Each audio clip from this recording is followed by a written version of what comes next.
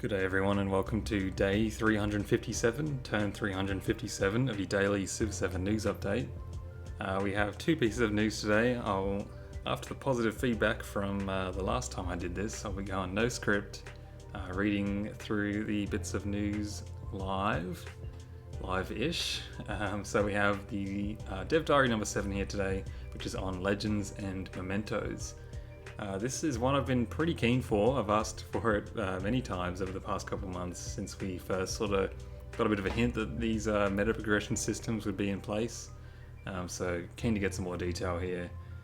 Let's kick off. 8 minutes and 12 seconds. Let's see if we can't beat that. Hey Civ fans, new diary. It is by Matt Owens. Juicy details, that's what I like to hear. Let's kick off. Hey folks, my name is Matt Owens, Senior Game Designer at Firaxis, Legends and Mementos, and he's new. Welcome to the team. Okay, what do we got?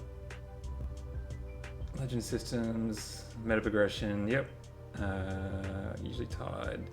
That's all pretty standard. Let's get to the interesting stuff. Why does Civ need meta progression? There have been hints of meta progression in past Civ games. For example, we had the Hall of Fame as part of Gathering Storm. Yeah, I guess you could call that meta progression. Definitely a hint. Basic stats. I love the stats, by the way. You know, I love stats. So I really hope the Hall of Fame comes back in some capacity as well. Maybe they'll get to it here. But stuff like, you know, what's your favorite unit you've built? Which unit has died the most? I love that sort of stuff. So hope we get that in some capacity. And he says here, for completionists, it was a nice little checklist, 100%. You know, as soon as I finished the Hall of Fame in Civ 6, beat pretty much beat deity with every single leader, just about. For some reason, that just switched off my brain, and I decided I was basically done with the game now. So that sort of stuff is really up my alley. I'm a box ticker. What can I say? As Ed shared in his first Dev Diary, many of the big changes coming to Civ 7 are designed to solve the issue that many players don't finish their campaigns. Yep, we talked about that yesterday in day 56 and a half. Pretty good video. So he says, Legends take this idea one step further. Our goal with meta progression is to naturally reward you for playing the game how you want to play it. With Legends, we have three big objectives: make losing fun. For newcomers especially, Civ can be tough. Yep, definitely go over on the Civ subreddit and you'll see people on Struggle Street all the time because there's just so many rules. You really do have to learn by playing. A few errant choices and losing. You're always, you know, you're going to have to learn by playing, and most of those games are probably going to be losses at the start, even if you are playing on settler difficulty, I'd say. If strategy games are brand new to you, then there really is a lot to pick up. Even just a turn-based system, you know, I mean, that's a concept you have to wrap your head around. So a few errant choices and 100 turns later, you might be faced with crushing defeat that no amount of save scumming can undo. We absolutely want to celebrate and track your every victory, but we also want to offer some level of reward and encouragement for all the cool things you did, even during a rough loss, to make it just a little bit more fun to play out a losing hand, tell that story, and still want to come back for more. Playing out a losing hand is definitely a huge goal that I think, as they've mentioned, they're trying to solve. And I think it's really hard to do in any game, really. I saw the Civ 6 multiplayer scene has got a bit of a solution for this, where, you know, you can, in theory, come second and third in those games. Not a thing in single player, obviously. It doesn't feel great to come second in a game of single player.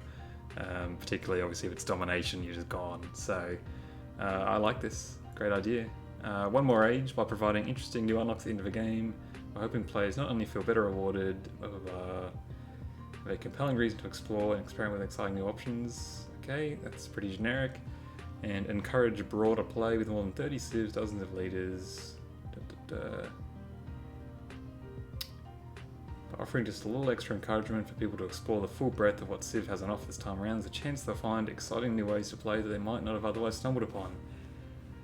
That's good, yeah, it's pretty generic, but good. Great idea in theory. With all that at the forefront of our frontal lobes, we start to plan out the core of the Legend system in the forms of paths and challenges. So Legend paths and challenges.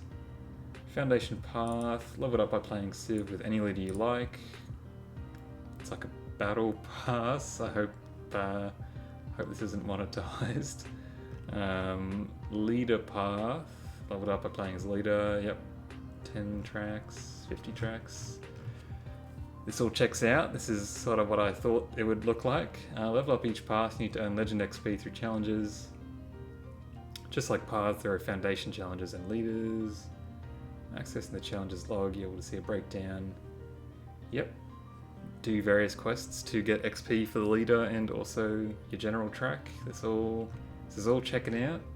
Nothing too crazy here. And good to see, I'll get to this in a sec, the confirmation that we get the Modern Warfare calling cards here. Amazing. I love to see it. If that's going to be the customization, I guess that's something. I would have thought they would have gone for more leader cosmetics, but maybe they'll get to that.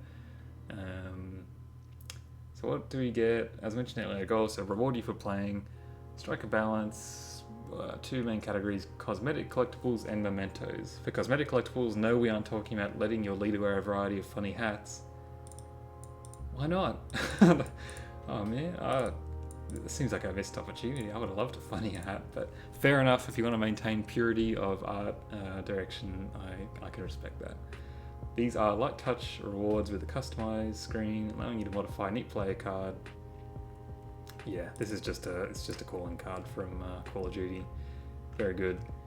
Your player card will appear in the main menu and will be shown off to other players in places like the multiplayer lobby, plus the customized screen itself serves as a nice trophy case of your shiny achievements. Yeah, I can see, I'm skipping a bit, but I can tell, obviously, the first thing I'm going to try and do in this game is get every leader up to 10 on these tracks here. I hope these have a bit of a gold border because they're unknown, but I hope when you do get to level 10 it also does give you a little gold border around all these. That would be very satisfying.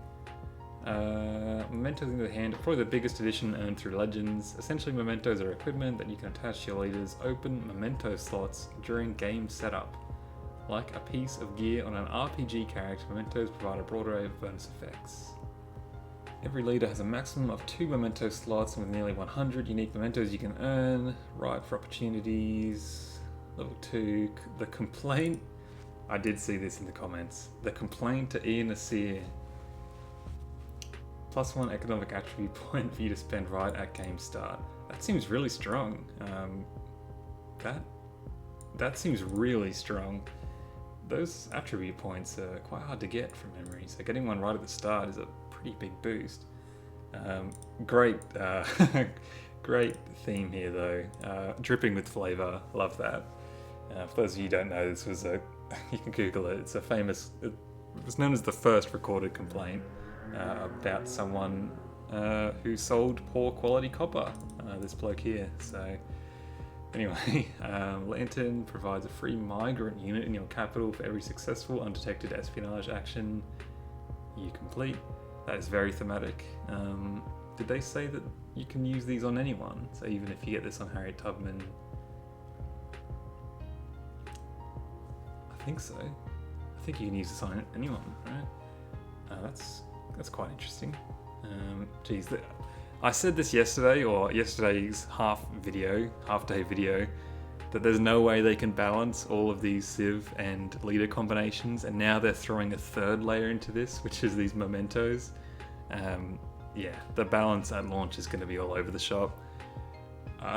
There's so many layers here. I wonder if I wonder how balanced you can even make this. I hope they don't sort of neuter so many of these to the point of them being irrelevant. It'll be interesting to see. As I said, interesting to see how it all shakes out. And the Sword of Brennus, bonus gold per age for resettlement. You mercifully return to the vanquished in a peace deal. That's a really interesting effect. This should be like a Civ ability or something. That is a great effect. I've never seen anything like this before. I really like that. I'm not sure what this means. I'll have to translate that. Hang on, stand by. Woe to the vanquished, or woe to the conquered. Latin. There you go. Cool. I like that. I like that a lot. So one thing to keep in mind, while mementos earned by leveling up a particular leader path might have natural synergies with your historical owner's core abilities, you can actually assign any memento with any leader. There you go. So yeah, this means that after earning the that memento with Charlemagne, you could start up a new game as Ashoka with the Frankish Emperor's legendary gold-hilted sword at your side. This will allow the Joyces increase happiness per cavalry unit effect to synergize nicely with Ashoka's inherent Dharmaraja leader ability, which grants bonus food by way of excess happiness. And a last note on mementos: yes, you can use them during multiplayer matches, and yes, you can disable the use of mementos for all players during multiplayer. That's good. I hope you can also enable them and have all of them unlocked for everyone, so everyone's on an even playing field with them unlocked, or everyone's on an even playing field with them disabled. I'm sure they've covered that, right? Maybe. What the Legends system is not. Some natural questions that Civ fans might ask, similar to a battle pass, we can purchase mementos. Here we go, monetization. You can speed up path progress by paying real money. If you can buy any type of virtual currency, the answer to all of these questions is no. With exception to certain cosmetic items that can come bundled with various editions. Inherent part of Civ 7. All the rewards will be earned purely by playing the game. Great. I hope it's not too grindy, but sounds fantastic. I was pretty pessimistic on this one. It was interesting, 2K's not got the best reputation with this stuff, so good to see that they're probably keeping the Civ series as kind of its own little gem, untouched, unblemished by some particularly egregious monetization strategies that we live with these days. Build the pyramids as Egypt, that's progress. Fulfill the military legacy path as Rome, easy progress. Paths themselves are always there with no time limit, no expiration date or FOMO, just tracking the cool things you do with different leaders, giving you cool stuff along the way. It's a very wholesome ending to this section here, very good. Final words: Legends is our attempt to recognise in a comparatively minuscule fashion the tremendous time, effort and care so many Civ fans have already shown these games over the course. It's our way of saying thanks for playing the heck out of Civ, yeah. As we get closer to the launch of Civ 7, fans should know this is a game we plan to support well beyond the release date. Checks out, nothing new there, and there'll be new legends, new paths, new challenges, new rewards open up for every leader post-launch. That's all to be expected. For now, that's the long and short of it. Great, that was pretty interesting. Look, glad it's not monetized. Glad they're basically expanding the Hall of Fame. That's awesome, really big fan of that. As I said, I'll be making sure to max out every single leader. That's absolutely right in my wheelhouse.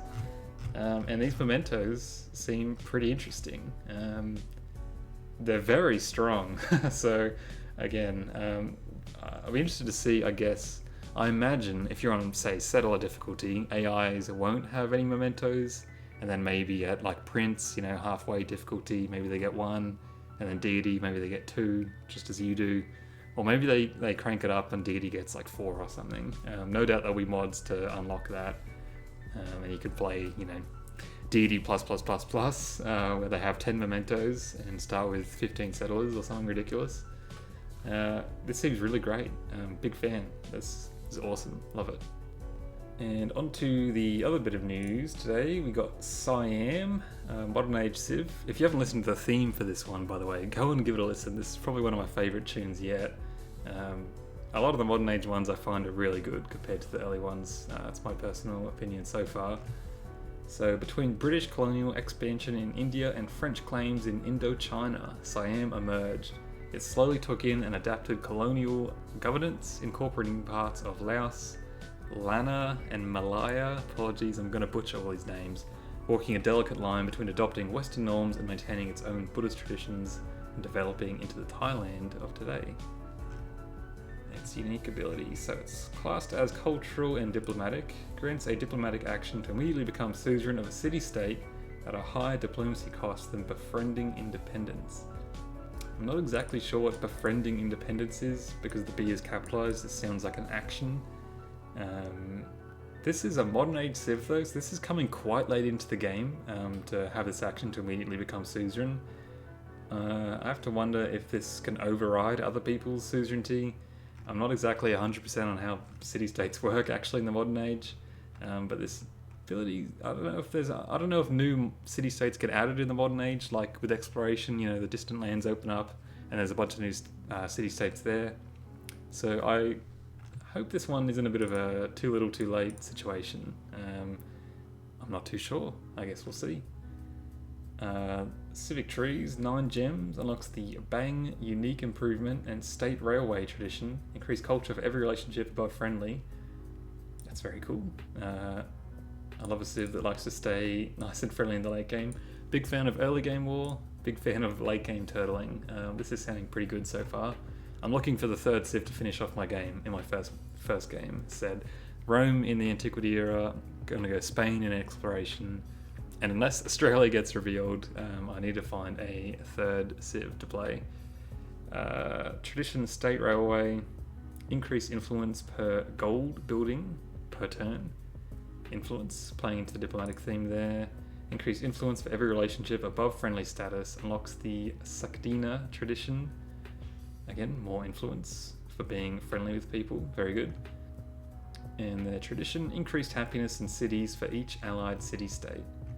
Very synergistic stuff so far. We're only, one civic tree in here and looked at the ability. Super synergistic, a bit like Russia, to be honest. A lot of these modern age civs seem really strong, which is great. Go it with a bang, right? So great, looks good. Second civic tree here, or civic, I should say. This unique ranged unit gains increased combat strength in allied city-state territory and unlocks this tradition. This seems really cool. It's been a bit of an issue, I feel, in previous Civ games. So Civ 6 had the Protectorate War. If an enemy declared war on one of your city-states, you could declare a Protectorate War on them at no cost, basically. But this seems to be sort of really playing into the idea that obviously you're going to ally with all these city-states with your ability and with your influence.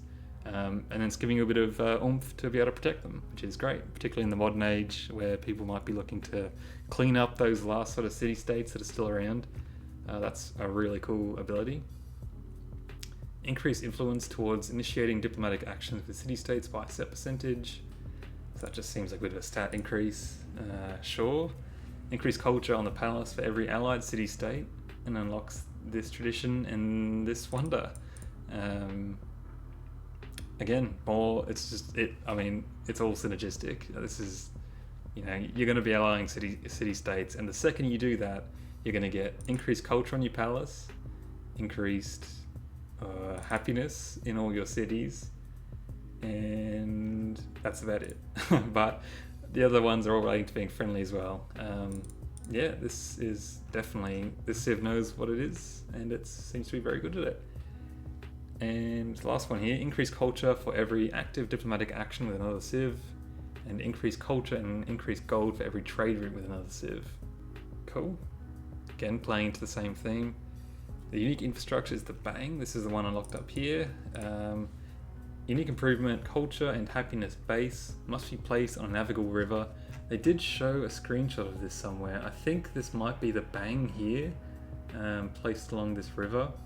It looks great in terms of, it's got like buildings on both sides of the river. Super cool. I guess we don't really know how much the culture and happiness is, so hard to say. Unique great person unit. Can only be built once you are suzerain of at least one city-state and the specific, I'm going to say Uparat. Received is random. Going to be received once. Cost increases for every one built. Let's have a look here. Activate on a palace to immediately receive a certain amount of influence. Activate to trigger a celebration. Give the city increased production for every allied city-state. That could be strong, depending on how much you get. Increased culture, same thing. Again, that sounds pretty strong. Give the city increased influence for every allied city-state. It's a bit circular, but again, it just plays so well into everything this Civ is trying to do, right? Turn it in, activate, oh yeah, good old Great Merchant ability. Venice, Merchant of Venice here.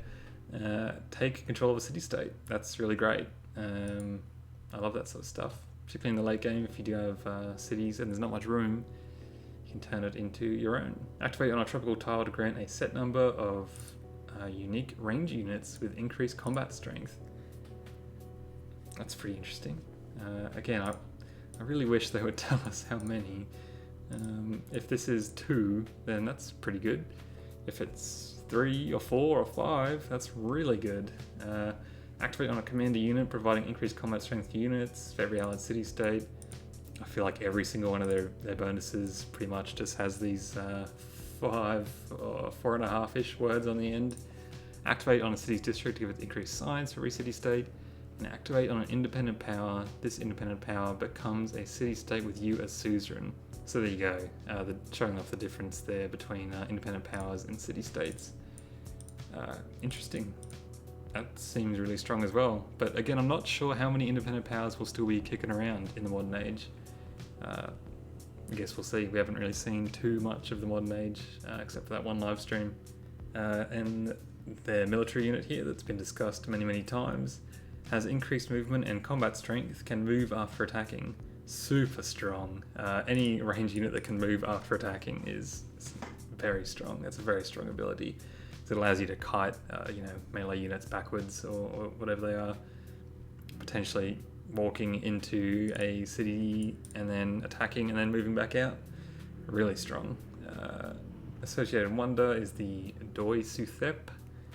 Again, sorry for the pronunciation. Influence base, increased culture and gold for each city-state of which you are suzerain, must be built on a rough tile. Suffice to say they'll be wanting to go for this. This just is so insane for what they're trying to do. So, yes, I am. So far, this is the front runner for who I'll play in my first game when I get to the modern age. I'm a big fan of sort of city-state gameplay and interacting with, lesser powers, whatever they call them in these games. Trade routes, staying peaceful, trying to turtle down in the late game. Big fan of all that. So far, Siam, is who I'll be picking. Unless Australia gets released, which I did see there was a bit of speculation that John Curtin could be making a return because there was a leader that has to start with J that's unknown and still to be revealed. So fingers crossed for that, I guess, but we'll see. That's all I've got for you today. Thank you so much for watching. If you're still here at the end, you probably watched the video yesterday. It was my first sort of proper video, I guess you could call it, the one that I actually put a bit of effort into, and it was very well received, so thank you so much for your support on that one. I'll see you all tomorrow. That's all the news I've got for today. See you later.